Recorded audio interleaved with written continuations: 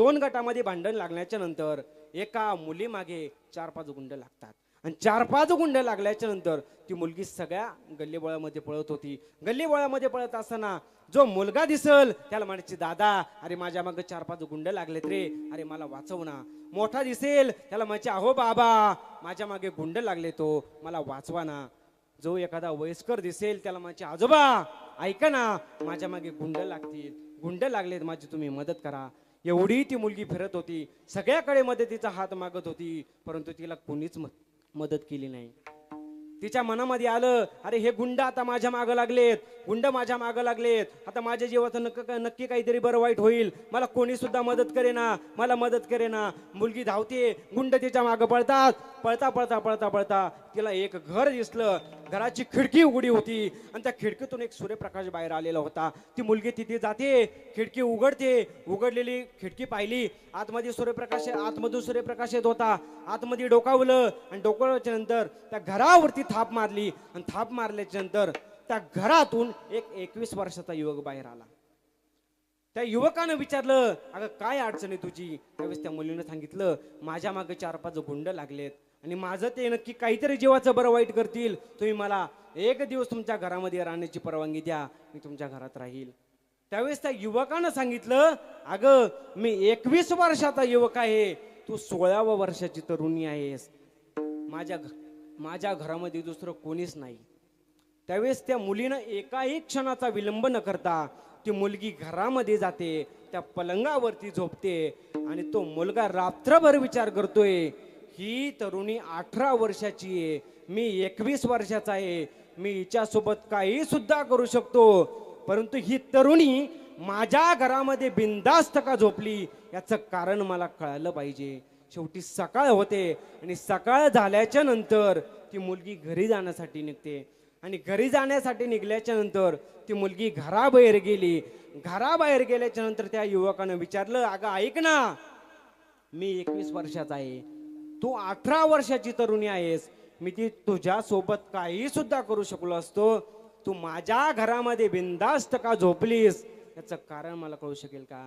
त्यावेळेस त्या मुलीनं अतिशय सुंदर उत्तर दिलं. ती मुलगी म्हणाली, अहो ऐका ना दादा, ज्यावेळेस मी या घराची उघडलेली खिडकी पाहिली आणि त्या खिडकीतून मला आतमध्ये छत्रपती शिवाजी महाराजांची प्रतिमा दिसली आणि मला माहित होतं, ज्या घरामध्ये छत्रपती शिवाजी महाराजांची संस्कृती आहे, शिकवण आहे, त्या घरामध्ये मुलीच्या केसाला सुद्धा धक्का लागणार नाही, ही संस्कृती माझ्या छत्रपती शिवाजी महाराजांची.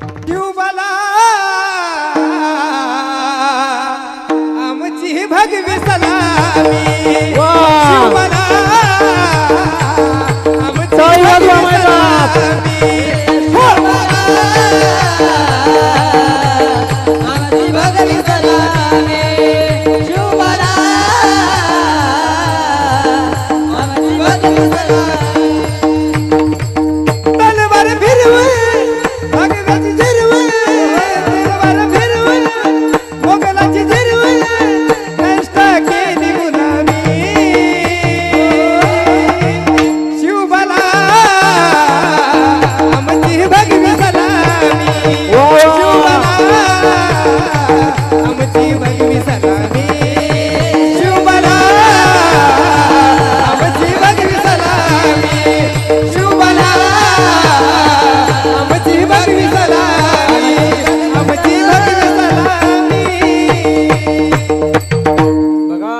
छत्रपती शिवाजी महाराजांची संस्कृती. ऐका, अजून एक उदाहरण देतो. एका मुलीचं नवीनच लग्न झालं होतं आणि लग्न झाल्याच्या नंतर तिचे मिस्टर जे होते एका चांगल्या उच्च पदावरती नोकरीसाठी होते. बघता बघता 2-3 वर्ष लग्नाला होऊन गेली, 2 अपत्य झाली आणि अपत्य झाल्याच्या नंतर जो तिचे मिस्टर होते ते रोज एका ड्युटीवरती जायचे आणि ड्युटीवरती गेल्याच्या नंतर एक दिवस काय झालं, त्यांना घरातून निघण्यासाठी उशीर झाला आणि उशीर झाल्याच्या नंतर त्यांच्या गाडीचा वेग वाढण्यात गेला, वेग वाढत गेला आणि वेग वाढत गेल्याच्या नंतर त्यांच्या गाडीचा अपघात झाला बघा. आणि गाडीचा अपघात झाल्याच्या नंतर ती जी मुलगी होती त्या मुलीचा त्याच ठिकाणी मृत्यू झाला आणि आपल्या बापाचा सुद्धा त्याच ठिकाणी मृत्यू झाला. आपल्या स्वतःच्या बापाचा मृत्यू त्या मुलाने आपल्या डोळ्यासमोर पाहिला आणि डोळ्यासमोर पाहिल्याच्या नंतर त्याच ठिकाणी त्या मुलाची वाचा गेली. आता मुलाची वाचा गेल्याच्या नंतर काय करावं कळतच नव्हतं. त्या बाईला माहित होतं आपलं कुंकू तर आता उद्ध्वस्त झाले, परंतु आता आपल्या वंशाचा दिवा कुठे हे पाहायला ती गेली तर एका कडेला तो मुलगा जाऊन पडलेला होता. मुलाला उठवलं, परंतु मुलाने आपल्या बापाचा मृत्यू डोळ्याने पाहिला होता. त्या मुलाची वाचा बसली होती, मुलाला बोलता येत नव्हतं. आईच्या डोळ्यातून पाहिलं, अरे माझं कुंकू तर आता गेलं, परंतु माझ्या वंशाचा दिवा सुद्धा आता या ठिकाणी अशा वेगळ्याच अवस्थेत पडलाय. करावं काय काही कळत नव्हतं.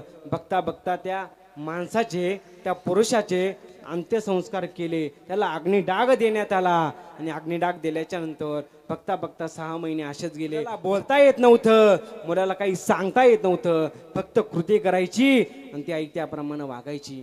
एक दिवस काय झालं, त्या मुलाच्या शाळेमध्ये एक वार्षिक स्नेहसंमेलन करण्यात आलं होतं. आणि वार्षिक स्नेहसंमेलनाचं निमंत्रण त्या मुलाच्या घरी एका पत्राद्वारे पाठवण्यात आलं. त्या पत्रावरती असं लिहिलं होतं की सालाबाद प्रमाणे याही वर्षी आपल्या शाळेमध्ये वार्षिक स्नेहसंमेलन करण्याचे ठरवले आहे, तरी सुद्धा आपल्या पाल्यांनी आपल्या पालकाला घेऊन शाळेत यायचंय.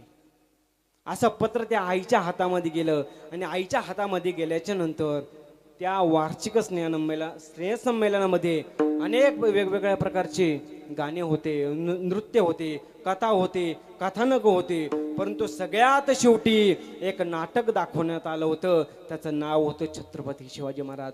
ऐका घाटशिरसकर, खूप सुंदर उदाहरणे कळेल रे तुम्हाला छत्रपती शिवाजी महाराजांची संस्कृती, कळेल तुम्हाला छत्रपती शिवाजी महाराज कोण होते. आता छत्रपती शिवाजी महाराज नाटक दाखवण्यात आलं. 1 नंबर येतात बाजी प्रभू देशपांडे, येतात त्यांच्या मागे येतात तानाजी मालुसरे, येतात त्यांच्या मागे येतात शिवा काशीद, येतात एक एक एक एक एक एक एक एक मावळे येतो. ज्यावेळी छत्रपती शिवाजी महाराज येतात, तो मुलगा ताडकने उठतो आणि म्हणतो, आई ए आई, हे बघ ना माझे छत्रपती शिवाजी महाराज. अरे छत्रपती शिवाजी महाराजांचा नुसता एक प्रतिमा डोळ्यासमोर आल्याच्या नंतर मुक्याला वाचा सुद्धा फुटते. हे माझी छत्रपती शिवाजी महाराजांची ताकद आहे.